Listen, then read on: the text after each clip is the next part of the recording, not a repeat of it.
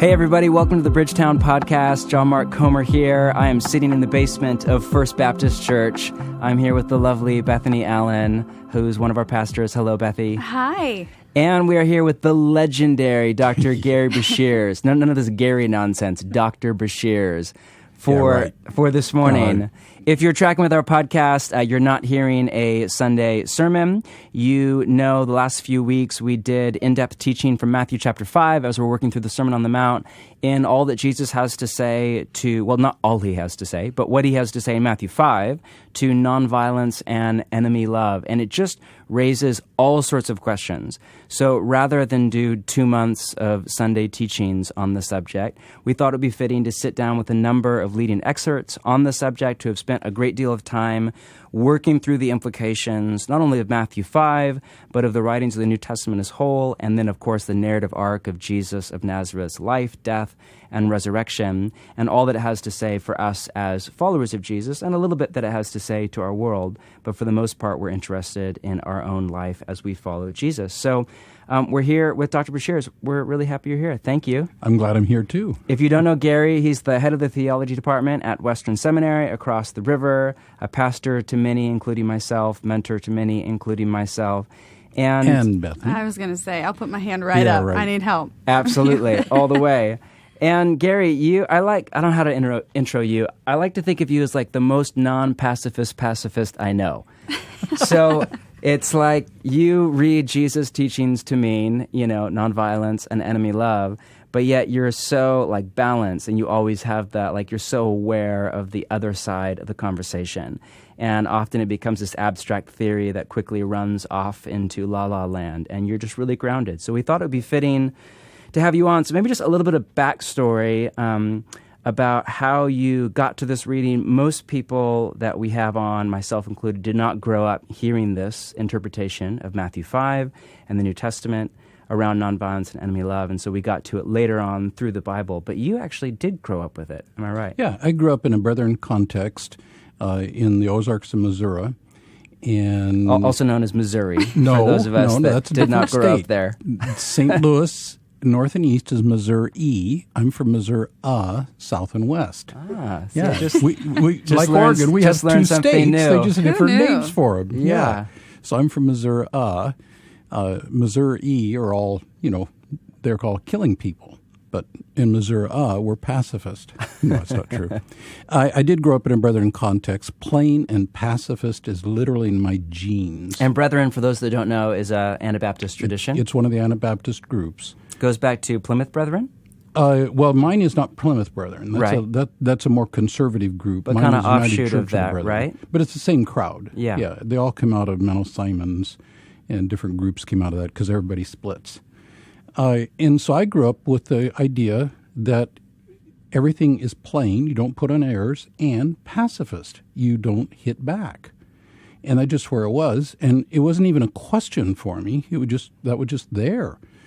And then when I got into teenage years and rejected Christianity, I thought I was. It turned out I was rejecting fundamentalism. And when I was in the church in Albuquerque, when I came back to Christ and made this deep commitment, because I read Jesus and I was saying, why didn't somebody introduce me to this guy? I mean, he is amazing.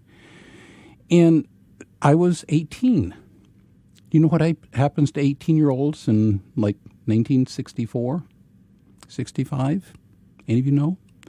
You get drafted. I wasn't around at the time. You get drafted. Yeah, you're too young to know what that means. Vietnam War was cranking up. The draft was hot. And suddenly it went from being something abstract to something very real because I didn't have a choice. If I got drafted, I would go in. And I had to stop and think, will I do this? And I came to the conclusion that I could not be involved in killing in the war. And then, what am I going to do if I get drafted? Well, I ended up getting 3 induction orders, but through school and then through my time at teaching, I was exempt from the draft. But then God called me to the Philippines in 1969, height of the Vietnam War, and opened myself up to the draft again. And I had to trust God what would happen with a wife and a little baby. I mean, huge question.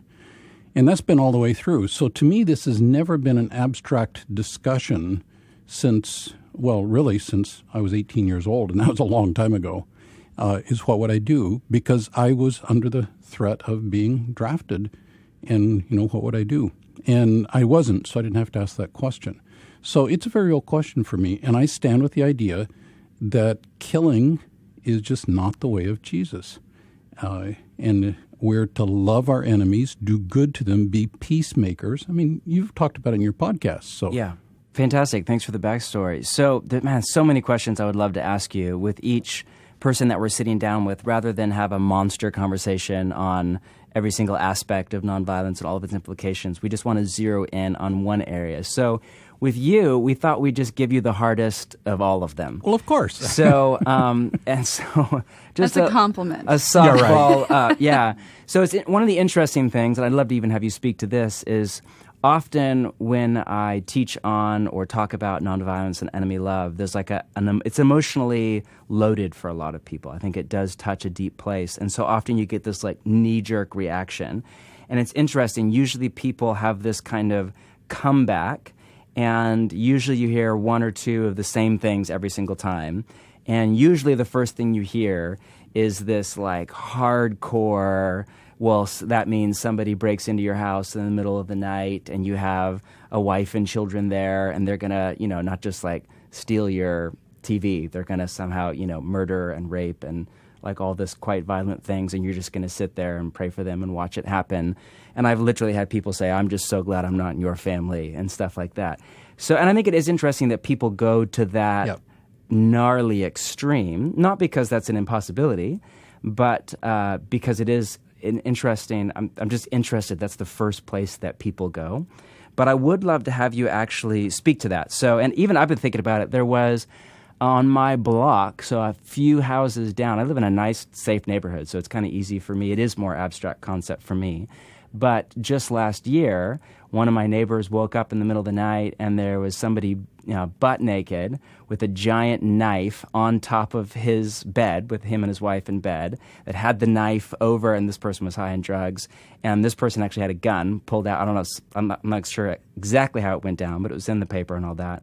Pulled out a gun and missed, but chased the gentleman out of the house, and he's later caught. So even in my safe neighborhood, it is a hypothetical scenario, but it's not like out of the range of possibility, even if it's a very small possibility. So we'd love to chat through just that idea. What do the teachings of Jesus about turn the other cheek and love your enemy have to say to home invasion? And really what you're asking there, you're asking questions about self-defense, and you're asking questions about violence in defense of the innocent.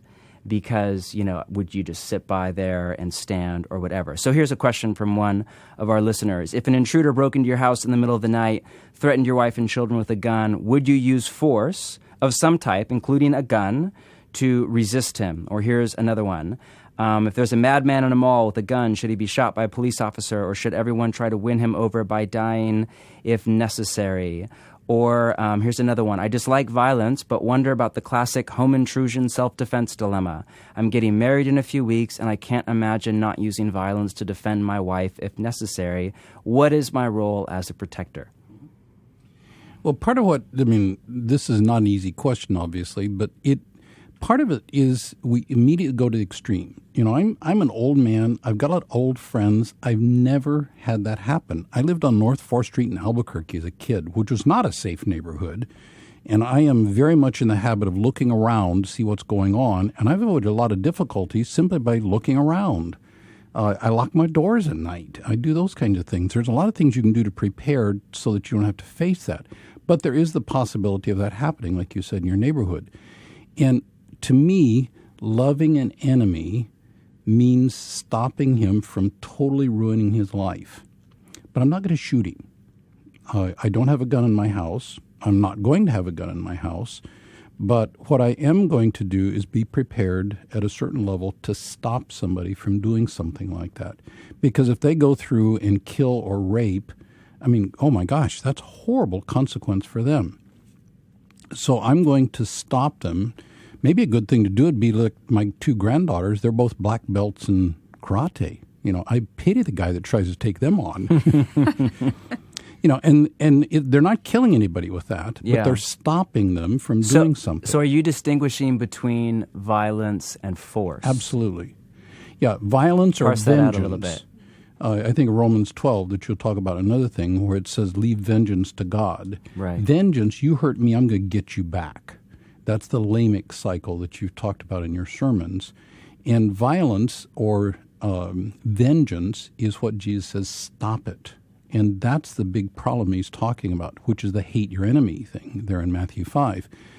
Force, in my judgment, is a different thing. It's using strength to stop somebody from doing something evil. The intent of vengeance is to hurt somebody for hurting me. The intent of force is to stop somebody from doing something that's actually going to cause hurt for themselves and others. So in a home invasion type thing, yes, I would stop somebody from doing something that's actually going to ruin their life. Yeah. So in the scenario you're talking about, I mean, I don't know what I would do because of a situation like that, but, to kick him off the bed or shout and scream or, do things like that, they're going to try to stop. Pray for sure. I read a story a few weeks ago about a gal who had that situation and said, before you rob me, can I make you a cup of coffee? Actually, it wasn't Rob. Before he did something else. Let me make you a cup of coffee. Yep. And they literally went downstairs, had coffee, and then the guy left. One of my favorite stories was a story in Indonesia when there was a group of bad people came to a pastor's house and said, we're going to kill you. He called his family out and said, rejoice, we're going to see Jesus tonight, but we'll treat our guests well first. Would you make some tea and bring some bread, and we'll feed our friends, our new friends, before they send us to see Jesus. That's a great way to go. Yeah. Unfortunately, he survived, didn't go see Jesus. The people were so befuddled. Yeah. But see, that kind of a thing, you're establishing a good relationship where you can. Now, somebody on your bed and raising a knife to kill you. Right, and you don't have time to, But the or whole high point on drugs, is, or not in and the right those mind. kinds of things, I think, use force. It's really helpful to distinguishing, because one of the things that I hear a lot in this conversation is people just lump everything into the category of violence. Yep. So, therefore, spanking their children as an act of love is violence, and that's a separate conversation. Or, using pepper spray, or just holding somebody back who's high on meth and broke into your house and is wreaking havoc, like holding them with two arms is therefore violence, and it just doesn't make sense to me. For Jesus, motivation is critical, of course. And the vengeance thing that you're speaking to. The vengeance is hurting somebody to inflict pain on them, where force is using strength to stop them from doing something that's actually going to ruin their lives. That will hurt them as well as you or others. The goal is not to hurt at all. Yeah. And it's amazing, with a little bit of self-defense preparation, you can stop a whole lot of things without actually hurting the person at all. Yeah, I'm saying to stop them from hurting themselves as well as you and others. I love that Dr. King line about how the people most to be pitied are the perpetrators of violence, even more than the victims, because they're ruining their own life, not just yourself and others in the house in the scenario. And, of course, the goal there is to get to them before, and that's where our society fails so badly, is we don't go to these troubled people and help them deal with their stuff. We tend to exclude them and insult them and disrespect them, which only feeds their violence. So you're saying somebody comes in, you don't have a gun, so that's not an option right off the bat. So first, you're looking for some kind of a creative way. Can I make you coffee? Can you become my friend before you kill me, or something? Then, if that fails, you look to some kind of force, whether that be you tackle them or restrain them or, dial 911 or, Well, definitely dial 911. Yeah, or just run out of the house but some kind of force. What happens if, it's all just happening too fast and you literally wake up and there's somebody standing over you, as was the case on my street, knife over your head, and just you've tried to find a creative way, you've prayed, nothing's happening, And the only option that you see before you, right or wrong, is some kind of violence, whether that be grabbing a knife out of the kitchen or a baseball bat from the wall or something like that. What do you do in that moment? Having never faced that, I can only speak hypothetically. I don't think I'd do either one of those. I think what I would do, I've tried to think through it because I want to be prepared for these kinds of things. I think what I'm going to do is actually do something like tackle the person and put my life on the line potentially to protect Sherry or somebody else who might be a guest in my house. Yeah.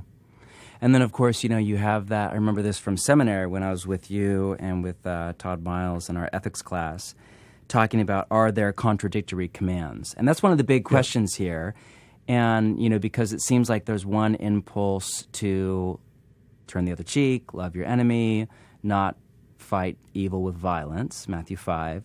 But then there's this other impulse to stand up for the innocent, which in my case would be my 2 8-year-old children and 11-year-old, Now, I don't think there are any commands, and I'd love to have you speak to this, to use violence to defend the innocent. I'm not aware of Jesus ever saying that, or even the writers of the Old Testament saying that, but maybe I'm missing something.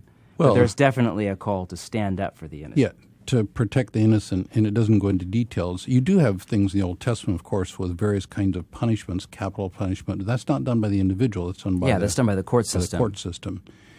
And as I look at it, when I'm thinking about somebody, well, let me come back to your thing. I am a belief that once we're into sinful situations, there is no sinless way out in many cases. I disagree with most of the Christian ethicists who have some sort of graduated hierarchicalism or something. Yeah, the lesser of evils things. And I think what happens is there are times when I'm going to do the least sinful thing to do and then confess my sin before God. Yeah. And for those of you new to that conversation, the question is, are there contradictory commands? So in this case, it would be love your neighbor or love your enemy and, protect the innocent. Yeah. And once you're into a sinful situation, I think there's not a sinless way out sometimes. Right. So you kind of have 3 options. One option is there are never contradictory commands. There's always a third option out. That's one interpretation. Another is, no, sometimes there are contradictory commands. There's no way out. So you pick the lesser of evils and you're good. Right. And then the third option that you're saying, and I agree. I remember when I was sitting through my ethics class, this was the position I ended up coming to. There are contradictory commands. There are times when there's no way out, at least that you're aware of. So you pick the lesser of evils, and then you fall on the mercy of God. Absolutely. And so this almost seems like, the classic example, Bonhoeffer, who, of course, now recent evidence, we're not even sure if he was involved in that plot. But if he was involved in the plot to assassinate Hitler, it seemed like he did so at great torment to his own soul. And he was a pacifist who thought Jesus taught nonviolence.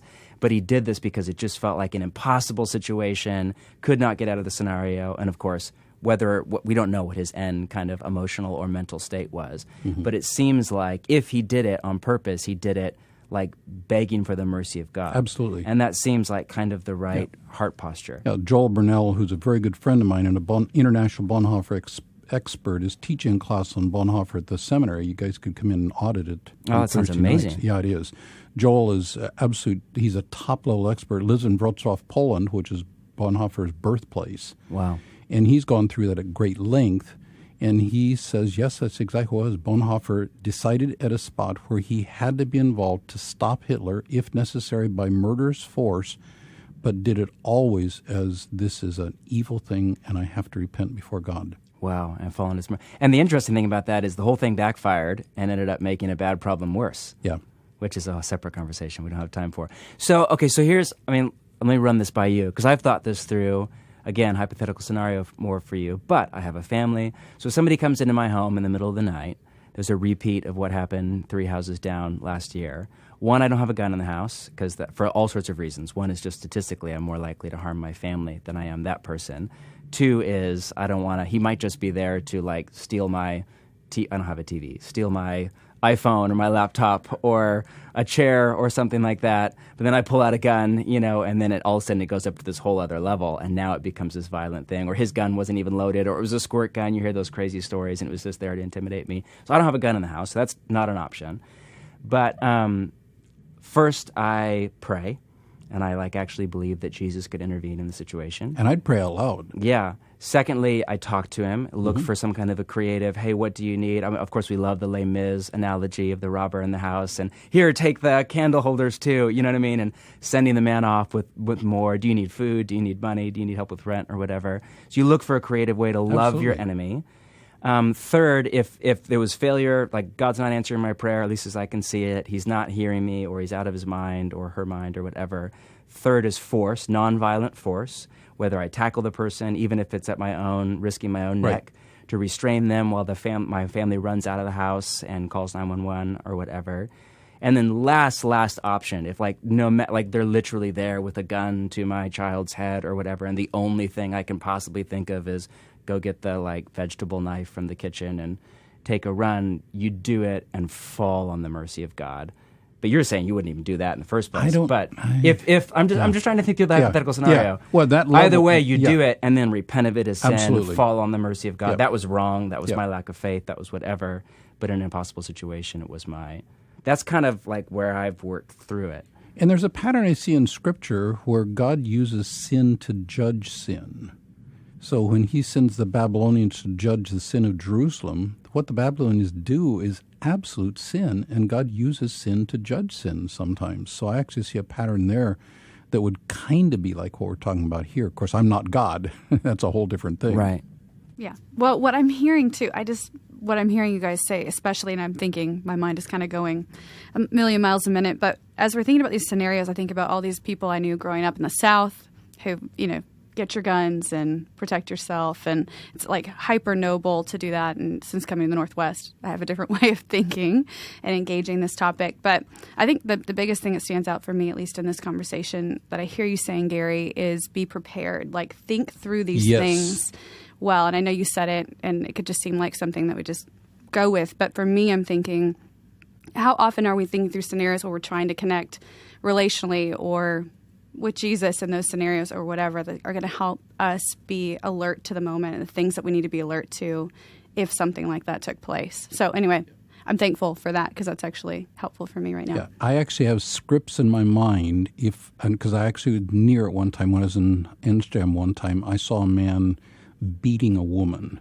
and I assume it was a pimp beating his prostitute. And I have scripts in my head to handle that sort of thing. Now, in that particular situation, I wasn't the first guy there. Somebody else beat it. But I have scripts in my head to do that kind of thing. And I do think, and I think being prepared is exactly the right way to go. Especially as a Jesus follower, I think I have a few scripts for if somebody came into the gathering. I have like things I run in my head every single week, which is like bananas. But I do think, especially being a woman, and this kind of maybe will help us transition to the next question, but being a woman who lives alone, who, whatever, I'm out, I can be in different places. I feel vulnerable. There's a vulnerability. Well, you are vulnerable. Right, to my situation. And even if I'm a strong woman or a confident woman or whatever it may be, there's still a certain vulnerability that I'm living with day in and day out. And I have to think through, even walking to my car on Sunday nights, am I safe? Or what would happen if these certain things took place? So that kind of leads us to the next question that we got asked. Someone asked, what about self-defense? Like if you're in a dark alley or a guy tries to mug you or rape you or worse, and if violence for self-defense isn't okay, what about using a weapon that's not going to hurt someone like pepper spray or I think of all these new contraptions they come out with for women to protect us. But what do we do in situations like that? Do we use pepper spray? Do we have, I usually put, at least I was trained since I was a little girl to put all my keys like Wolverine in my fingers in case. So if you see me walking the streets with keys in my I'm never going to sneak up on you on your way to your car after church, Bethany. I know, I'm prepared. But you think through those scenarios, and honestly, it's something I think about. Even home invasion is different because no one lives with me. Yeah. Right. So who can hear me? What's my go-to plan? And I think in all of us as Jesus followers, there's a call here beneath all that we're learning, even through the scriptures, to be mindful about these things, to be disciplined about thinking through these things, because life can happen and this stuff does happen. So what do you think about the self-defense, dark alley, particularly vulnerable women, particularly people, this happens all the time. We live in a big city, and what do we do? Yeah, being the wife or being the husband of a wife, the father of a daughter, and the grandfather of 3 granddaughters, and then friend with many women. This is not a hypothetical example. Sherry does not carry pepper spray, and none of the other women in my life do. In part because just realistically, by the time you got it out and got it aimed and that kind of stuff, if somebody's really going to hurt you, they've already done it. So I'm not as much... Unless if you're Bethany, who's Right. ready. You have the Pepper spray in Wolverine one. key. Yeah, well, the Wolverine key is a little different thing. That just... I feel I like don't know. a whole new dimension to you just opened You up. seem so kind. I but am, Wolverine keys, but also I'm there's- right. I'm prepared. She's Yeah. kind, but Yeah. like no sneaking up on Bethany. That's right. Ever. And that's where I think being prepared, and that's where like my two granddaughters, they're black belt in karate, in part just because they don't want to be in a spot where they would be hurt, or at least be as prepared as they can be for that. Lizzie, my 9-year-old, has taken some basic self-defense, but she's not quite old enough to do that yet. So I think being prepared for that and having some basic self-defense down and ready to go, just like first aid, you're ready to go with that kind of thing. I think that's really good. Does that fall under the force Yeah. then category that we were You're talking about stopping, earlier? If somebody were to grab you and assault you, that's a felony. They do major prison time for that. And if you can stop them from doing that, you're actually loving them in a way you don't want to love them, to be sure. But again, you're saying find a way to do that without using violence. That's correct. Violence, the difference between force and violence to me is critical. Violence is I want to hurt you because you're hurting me. Force is stopping you from doing something that's going to hurt you and me and an innocent person. The difference in motivation is crucial. Do you have an opinion about, if I can just keep asking, do you have an opinion about pepper spray then in that line or that? Yeah, because you know? let's say like maybe they don't it's too late by the time they get it out. But I'm a runner, so I run in Forest Park all the time. And even if I don't run early in the morning, but even as a man, but definitely as a woman, I know a lot of women, my own wife at times, who will run in the park. But it's dark, it's semi-dark. It's the middle of winter. Right now it's summer and beautiful, but in winter, like it's kind of dark till noon. Yeah. Yeah. So I know a lot of women that will actually run with pepper spray in the hand. You know. And see, I would be perfectly supportive of using pepper spray because, again, the thing is to stop somebody. It's a force, and that's what I have to think about motivation. You scared me, so I'm going to pepper spray you. That would be violence. Yeah. But seeing somebody who's coming for you, and I'm going to stop you if I can't run away. It's temporary pain. Whereas Yeah. The Wolverine keys. Well, Not to beat up on that, but you hit me with that in the neck, I'm dead. Right. I just have like all of a sudden I have R-rated movie in my mind. Bethany with like a key to my neck. Just, I don't know that I'm that strong, but I always the thing I envisioned was like scraping someone across the face on their eyes or something, because if they're, but I mean that has the potential to actually do have violence to them. Absolutely. yeah, I would go with pepper spray before I do the Wolverine keys or knife or. I want to be clear. I'm not like. But Aikido classes before all. Yeah, I think the thing I keep thinking about too is it's such a beautiful thing that we see in the life of Jesus, but you're talking about disarming people. Yes. And yes. that's really what you're doing. Yes. And I think pepper spray can be used that way too, just to disarm them, yes. to even allow them to pause for a second to go, what's happening? What am I doing? And I think there's so much wisdom in that. Mm-hmm. But again, same as the home invasion, first you pray, Yeah. second you look for a creative alternative, and then third, you resort to force. Now, if it's in the middle of the night and you're getting attacked and you're not in your right mind, we're not going to go through the checklist. But the ideal is first you pray, Yeah. second you talk to the person, look for a creative, Absolutely. nonviolent, not even force way out, Yeah. and then you resort to force, but not violence if necessary. And I would absolutely. My grandgirls are there. They're doing self-defense courses, so they know how to take somebody down if they're attacked. Yeah. Yeah. Okay, so let me transition to this, to like the really hard question. And some people will think it's offensive that I even asked this question. And so please just go easy on me on Be that. offensive, John Mark. But Be offensive. no, that's not my heart posture here at all. I want to think well, and I want to honor the teachings of Jesus. So it feels like there's some clarity that comes from Matthew 5 and the New Testament writings around nonviolence. But one of the biggest questions that nonviolent theologians don't agree on, and is specifically the issue of being a police officer and a follower of Jesus. And how do you square those two? Because then it's different than the military, where if you are special forces or something like that, your job is literally to kill people.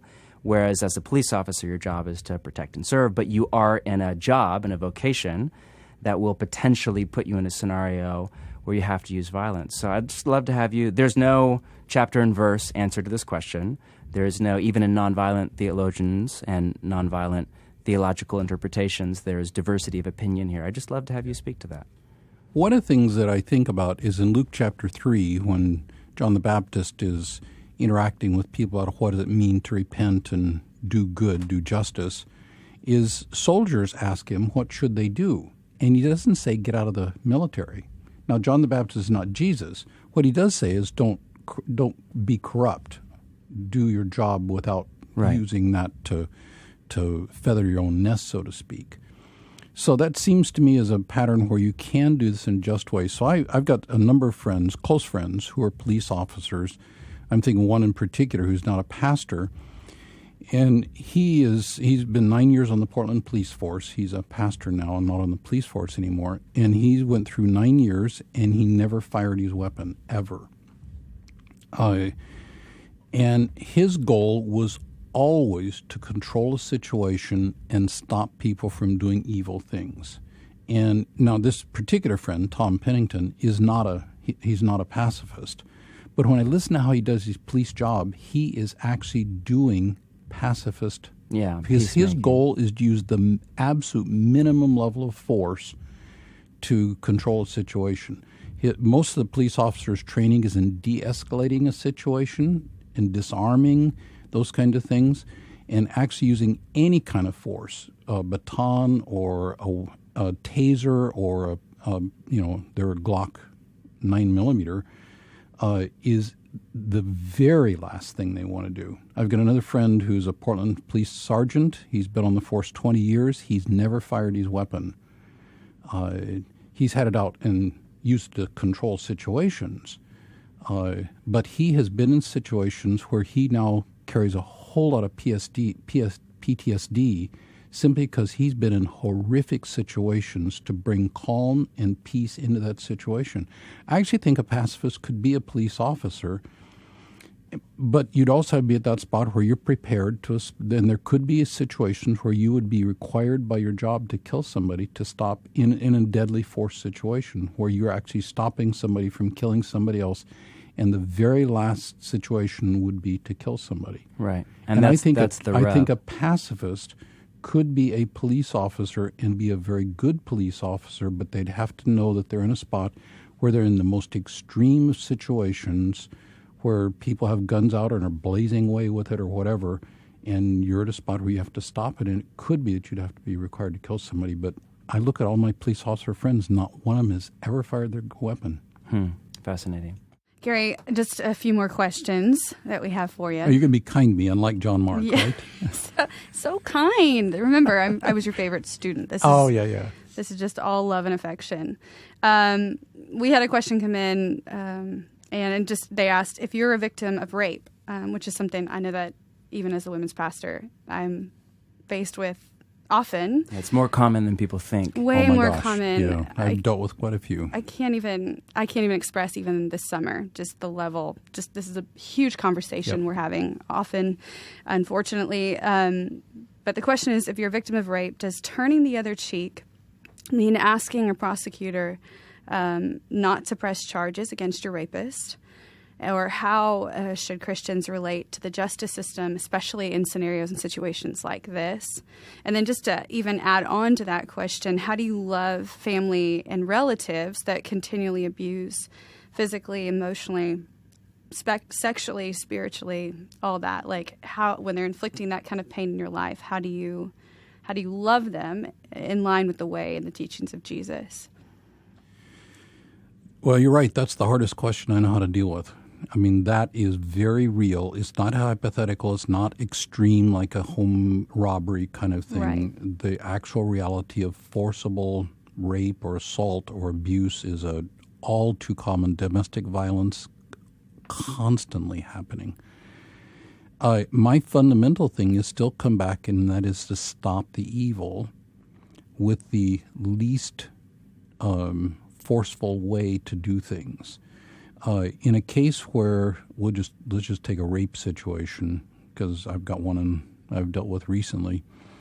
You absolutely call the police, in my judgment, and because the state does have the requirement to enact justice and to keep order in the society. In the particular situation I'm thinking of course, the woman who had been raped had to go to court and testify, which is absolutely horrible thing to go through. Right. Yeah. Being questioned by the police officers and then testifying in court. We gave her an enormous amount of support in that process to go through that. And she actually asked the court to be merciful to her rapist. Didn't give specifics. I don't know how she did it, frankly. Yeah. This is a very godly woman. And the court, he still did prison time. But then what she did was she arranged for people to go visit him in prison. She didn't, because basically you can't do that in the system. But she arranged for pastor-type people to visit this guy just to express her concern for him as a human, even if he'd raped her. Now that, to me, that is going not only the extra mile, that's going the extra 10 miles. And to me, that's a pattern of the way to do things. Judge Tom Cole. Yeah, I was just thinking about him. He was in our church for years. Oh, yeah, and he's become a good friend. His daughter was murdered in a drug deal gone bad. Horrible, horrible, horrible. And he went out to Umatilla and visited Robert in prison. Because he'd said in the courtroom, I forgive you as a Christian man, but then used his context as a judge to go out and visit Robert in the prison. And they can't talk about the crime. And after 5 minutes, they'd said everything there was to say. And they've got 55 minutes left in the visiting time. And he sat there, and there's literally nothing to say. And Robert looked at him across the table and said, how could you forgive me? Well, boy, you know where the rest of 55 minutes went, and they were both wet blankets just because of the power of things. Now, who knows what happened to Robert? But you can read that in Tom Cole's KOHL. Is it Losing Megan? Yeah, I think so. I think it's something like that. KOHL is his last name, yeah. Tom Cole. And it's a book to be read. I mean, it's amazing. And drug court and stuff that he's done to try to keep people out of the prison system and in rehabilitation type things. There's a lot of things that be done in these most extreme kinds of situations. And I think that's a model to follow of doing godly justice. So you're saying use the justice system. Absolutely. And there is a place, if nothing else, to keep perpetrators from doing damage to other people. Yeah. And yet from a posture of love, forgiveness, mercy. And that's where the other side of my life is we've got to get into the prisons and take Jesus and justice into the prisons, because the prison itself doesn't do anybody any good. That's overstated. But there's a lot of Christian work happening in the prisons through education, through pastoral support, through all kinds of things. And there's tremendous differences being made in the justice system. And I think there's a lot we can do as a Christian with that. Yeah. Would you put this in the same, then at some level, the same category of this is the loving thing to do? Yes. To help this person to stop one being a perpetrator, but as well as maybe have an option of rehabilitation or whatever. Yeah. Okay. We call it rehabilitation centers, but we can make it that by being involved in prison ministry. Yeah. What about the family piece of people who are abusive, relatives who are continually, they're perpetually abusing physically, emotionally, spiritually? Yeah, when I did the teaching a few weeks ago on Turn the Other Cheek, I did not specifically address, the implications of this for a wife who's being beat by her husband. Because, again, I made the mistake of just assuming, well, of course, everybody knows that's wrong, and Jesus is not saying just stand there and take it. No. But yet I immediately had a number, actually, of children of 20-something children who grew up in a home like that, where there was an abusive father in each case, and the mother read Matthew 5, turn the other cheek, literally, as some kind of a command to just stay with her husband and take it. And so obviously these kids, who are now 20-somethings, were just wrecked by that, And of course I had no intention of saying that in the slightest, but it is something that comes up. Well, that's where the Matthew 18 comes back. If somebody sins against you, Matthew 18, you go to them. Now, if you're a 14-year-old girl being abused by dad, you may not go to him in quite the same way, but actually you can do a lot of that. Daddy, please stop. Yeah. But then you don't stop there. You get somebody to help out. And all the way up, there's a long ways you can go with that.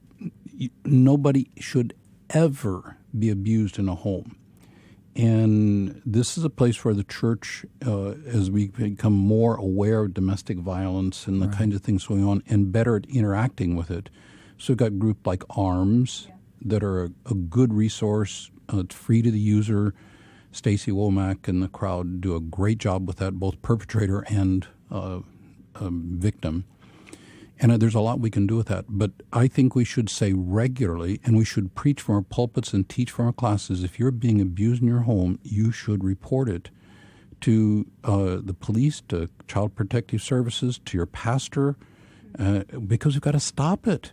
It's not okay to let this go ahead. And to argue, well, just submit, it's your fault because you're being, you're not being properly submissive, I get so angry about that. Yeah, that's it's a abuse of Scripture. Lie. Yeah. It's a perversion of the truth. And I think it just speaks again, and we'll end here, but just thinking through this through a whole fresh round of it over the last month or so, just so interesting how we immediately default to either the fight or flight options. And we think our options are either pull out a gun and shoot somebody or just roll over and take it.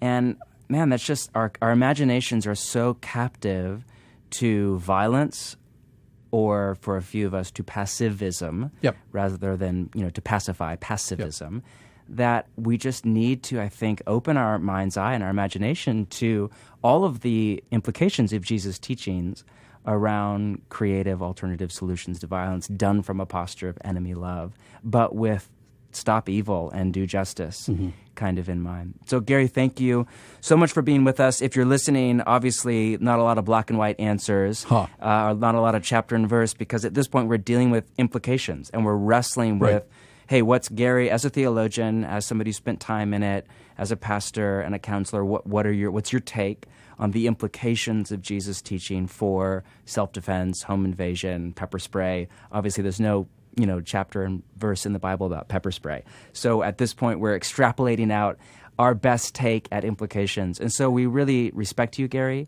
and your voice on this subject and many more. We're really grateful for your time. For those of you listening, just keep asking great questions. Yes. Keep wrestling. Shocking to me is how few people wrestle with this. Like, wrestle with it. Think it through. As Bethany said, have a plan in your mind's eye. Pray through things. Wrestle with the text. Wrestle with the heart posture of Jesus for your situation, your neighborhood, your place, your city, all of that. So thanks for listening to the Bridgetown Podcast and the Van City Podcast. We're happy to have you along. See you next time. For more content like this, visit bridgetown.church.